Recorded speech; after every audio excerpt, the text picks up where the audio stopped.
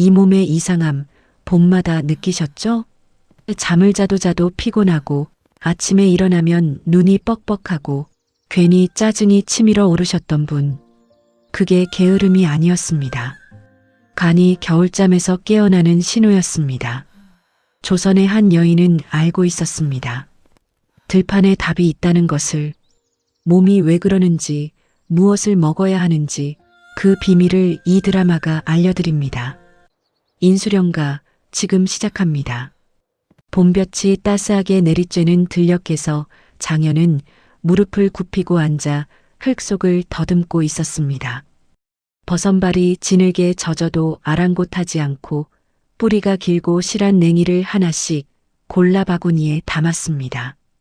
옷깃 사이로 살짝 드러난 오른쪽 어깨에 낙인 자국이 봄 햇살 아래 잠깐 보였다가 바람에 깃이 돌아오며 다시 가려졌습니다. 장현은 그 자국을 의식하지 않았습니다. 적어도 겉으로는요. 냉이를 고르는 손길이 한결같이 능숙했습니다. 뿌리가 짧은 것은 내려놓고 길고 굵은 것만 골라 담는 손이 마치 오랜 습관처럼 자연스러웠지요. 오늘은 꽤 많이 나왔네요. 비가 온 다음 날 이른 아침이 역시 제일이에요. 장현이 혼자 중얼거렸습니다. 누군가에게 하는 말처럼 자연스러운 어조였습니다. 며칠 전부터 태준이 함께 다닌 탓인지 혼자 있어도 옆에 누군가 있는 것처럼 습관이 들어버린 것 같았습니다. 수락관 나인 시절 상궁 어른께서 이렇게 이르셨습니다. 냉이를 제체라 하는 것이니 봄의 첫 성약이니라. 간의 탁기를 걷어내고 눈을 맑게 하며 기열의 문을 열어주는 풀이니 절대 우습게 여기지 말거라. 장현은 그 말씀대로 냉이를 항상 뿌리째 캤습니다. 뿌리 안에 약효가 다 있다는 것을 몸으로 알고 있었으니까요. 바구니가 제법 묵직해졌을 무렵 저 아래 논두렁 쪽에서 신음소리가 들려왔습니다. 장현은 손을 멈추고 귀를 기울였습니다. 분명히 사람의 목소리였습니다. 그녀는 바구니를 옆에 두고 조용히 몸을 일으켰습니다. 논두렁 끝에 한 할머니가 힘없이 쓰러져 계셨습니다. 얼굴은 흑빛이고 손발에 기운이 없으며 눈은 반쯤 감겨 있었습니다. 장현은 단번에 달려가 손목을 짚었습니다. 맥이 약하고 느렸습니다. 혀는 연분홍에 태가 두껍게 끼어 있었지요. 춘곤증이에요. 감기가 막혀서 몸이 비명을 지르고 있는 거예요. 장현이 나지막이 말하며 바구니에서 냉이 한 움큼을 꺼냈습니다. 뿌리를 살며시 부러뜨려 즙을 내고 그 향을 할머니의 코 아래에 가만히 가져갔습니다. 진하고 맑은 냉이 향이 봄 공기 속으로 퍼지자 할머니의 눈꺼풀이 파르르 떨리기 시작했습니다. 그때였습니다. 등 뒤에서 익숙한 발소리가 들려왔습니다. 장현은 고개를 돌리지 않아도 알았습니다. 저벅저벅 조금 빠르고 힘 있는 발걸음. 태준이었습니다. 일찍 나왔네요. 오늘 냉이 캐러 간다고 했으면 같이 갔을 텐데. 태준이 가볍게 투덜거리며 장현 옆에 무릎을 꿇었습니다. 투덜거리는 말투였지만 눈은 이미 할머니의 상태를 살피고 있었습니다. 장현이 피식 웃었습니다. 선생님은 뛰어오셨죠? 신발이 진흙투성이잖아요. 뛰지 않았어요. 분명히 뛰어왔습니다. 장현은 그냥 넘어갔습니다. 두 사람은 말없이 손발을 맞추어 할머니를 일으켜 나무 그늘로 옮겼습니다. 오래 함께 다닌 사람들만이 할 수 있는 말없이도 통하는 움직임이었습니다. 그늘 아래 할머니를 앉혀드리고 나서야 태준이 진맥을 시작했습니다. 장현은 그 옆에서 바구니를 정리하며 조용히 기다렸습니다. 태준이 맥을 짚는 동안 장현은 할머니의 안색을 살피고 태준이 눈꺼풀을 확인하는 동안 장현은 이미 냉이국을 끓일 재료를 가늠하고 있었습니다. 오래 함께한 사람들이 아니면 나오지 않는 호흡이었습니다. 혈어 바탕의 감기 울결. 봄마다 이러실 것 같은 분이에요. 알아요. 냉이국으로 먼저 기운 열어드리고 뒤에 당귀 달인 물 조금 드리면 될 것 같아요. 태준이 장현을 바라보았습니다. 자신이 생각한 처방과 정확히 같았습니다. 그는 그냥 고개를 끄덕였습니다. 요즘 들어 이런 일이 잦았습니다. 장현이 먼저 말을 꺼내고 태준이 고개를 끄덕이거나 태준이 처방을 생각하면 장현이 이미 준비를 마치고 있거나 할머니께서 가느다란 목소리로 말씀하셨습니다. 봄이 되니 통 입맛이 없고 자꾸만 졸려서 태준이 따뜻하게 웃으며 대답했습니다. 금방 나아지실 거예요, 어르신. 이 선생님이 아주 좋은 것을 준비해 드릴 테니까요. 장현이 눈을 가늘게 떴습니다. 선생님이라고 부르지 말라고 했잖아요. 저는 그냥 장현이에요. 습관이에요. 어쩌겠어요. 태준이 무심하게 웃으며 보따리를 열었습니다. 장현은 피식 웃고는 바구니를 들고 일어섰습니다. 할머니네 부뚜막 불을 지피러 가는 걸음이 가벼웠습니다. 부뚜막에 불이 오르고 솥에 멸치 육수가 끓기 시작했습니다. 장현이 냉이를 샘물에 씻는 동안 태준이 아궁이 옆 낮은 돌에 걸터 앉아 바라보고 있었습니다. 둘 다 말이 없었습니다. 불편한 침묵이 아니라 같은 것을 생각하고 있는 사람들의 고요함이었지요. 뿌리 안 버리는 거 알고 있어요. 저도. 태준이 먼저 말을 꺼냈습니다. 장현이 씻던 손을 멈추지 않고 대답했습니다. 알면서 왜 지난번에 잎만 잘라서 가져오셨어요? 그건 급해서요.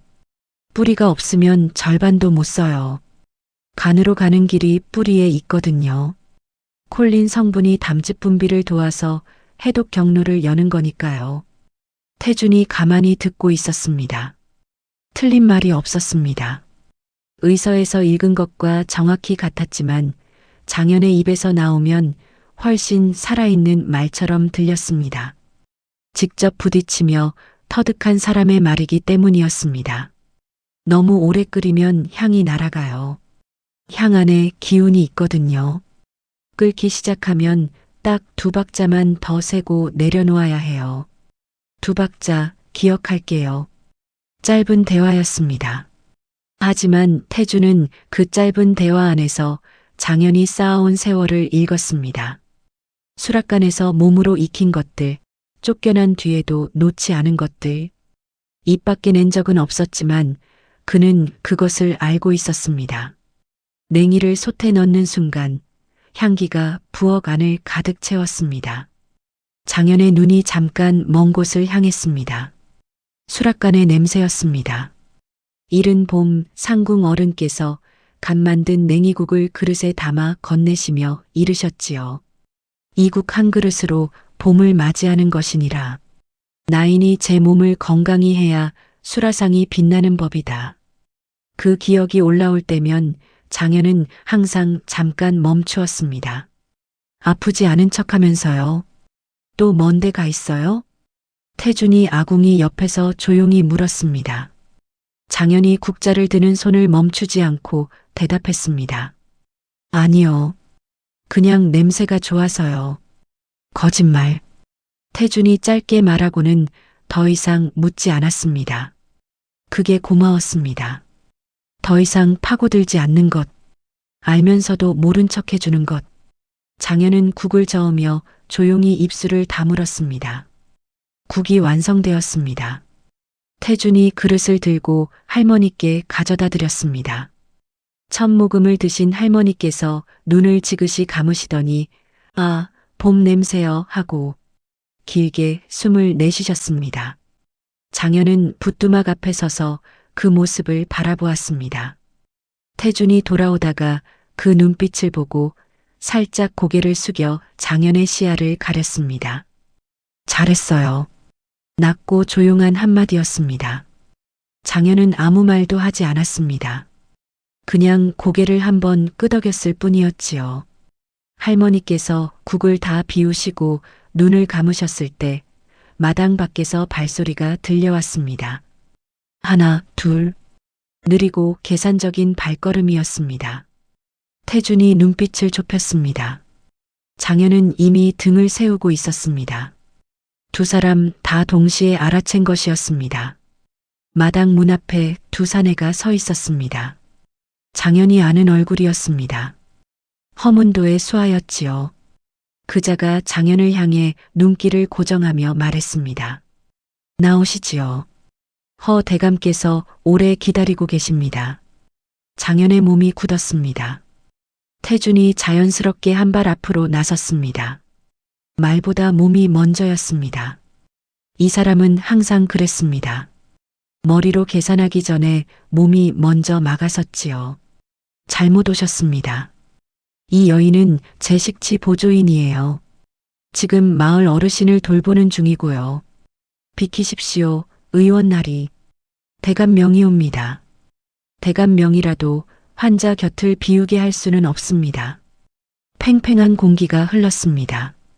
장현은 뒤에서 탈출로를 머릿속으로 그리고 있었습니다. 하지만 이번에는 달아나고 싶지 않았습니다. 태준이 앞에 있었으니까요. 그 등을 보며 달아나는 것은 무언가를 버리는 것 같았습니다. 태준이 보따리를 열었습니다. 관아 문서였습니다. 지역의원으로 공인된 관인 서류를 펼쳐 수아의 눈앞에 내밀었습니다. 관아에서 발부한 의술행의 문서입니다. 이 여인은 제 보조인으로 등재되어 있습니다. 문제가 있으면 관아로 가져가시기 바랍니다. 수아가 멈칫했습니다. 잠시 장현을 노려보다가 두고 보겠습니다. 한마디를 남기고 돌아섰습니다. 다른 사내도 뒤를 따랐지요. 발소리가 완전히 멀어지도록 두 사람은 움직이지 않았습니다. 고요가 돌아왔습니다. 태준이 문서를 접어넣으며 장현을 돌아보았습니다. 장현은 그 자리에 그대로 서 있었습니다. 평소답지 않게 아무 말도 하지 않은 채로요. 왜 이렇게까지 하세요? 장현이 조용히 물었습니다. 태준이 잠시 생각하더니 그냥 담담하게 대답했습니다. 왜긴요? 같이 다니는 사람이잖아요. 그래도요. 그래도라니. 이상한 말하지 말아요. 태준이 먼저 돌아서며 마당으로 나갔습니다. 장현은 그 등을 잠깐 바라보았습니다. 넓은 등이었습니다. 아까 수아와 마주했을 때 저 등 하나가 앞을 막아주는 것을 보면서 처음으로 뒤에 서 있어도 괜찮다는 생각을 했었습니다. 그 생각이 아직 가슴 어딘가에 남아 있었습니다. 고맙습니다. 장현이 작게 말했습니다. 태준은 듣고도 못 들은 척 그냥 걸어갔습니다. 귀가 살짝 붉어진 것을 장현은 보았지만 모른 척 했습니다. 해가 기울기 시작했습니다. 할머니는 국 한 그릇 덕에 기운을 되찾으셔서 마당 평상에 앉아 계셨습니다. 두 사람은 논두렁길을 나란히 걷고 있었습니다. 어깨 사이로 봄바람이 지나갔습니다. 말이 없었지만 불편하지 않았습니다. 이제는 침묵도 편한 사이였으니까요. 태준이 걸음을 멈추었습니다. 길가에 냉이가 무더기로 피어 있었습니다. 다음 식치는 도라지로 할 거예요? 네. 패로 가는 길을 열어줘야 할 것 같아서요. 봄 미세먼지가 심하니까요. 다리는 법은 알아요? 대강은요? 왜요? 가르쳐 주실 건가요?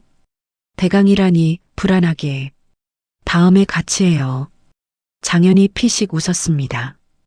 같이. 태준은 그 말을 참 쉽게 썼습니다. 같이 다니고, 같이 하고, 같이 생각하고.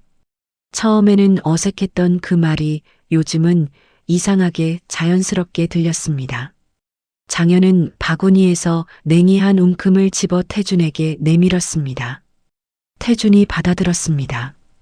옷깃이 살짝 흘러내리며 장현의 오른쪽 어깨에 낙인 자국이 잠깐 드러났습니다. 태준의 눈이 그곳에 머물렀다가 조용히 다른 곳을 바라보았습니다. 아무 말도 하지 않았습니다. 그것이 고마웠습니다. 불쌍하다는 눈도 분노하는 눈도 아닌 그냥 알고 있다는 눈빛. 장현은 옷깃을 여몄습니다. 서두르지 않고 자연스럽게. 기억하세요. 냉이는 뿌리까지 다 써야 진짜 식치가 돼요. 알아요. 뿌리째. 늘 하는 말이에요. 중요한 건 늘 말해야 해요. 태준이 웃었습니다. 장현도 웃었습니다. 두 사람의 그림자가 봄 들판 위로 길게 그리고 나란하게 늘어졌습니다. 다음 15회에도 건강식치는 계속됩니다. 여러분의 구독이 다음 영상을 만드는데 큰 힘이 됩니다. 감사합니다.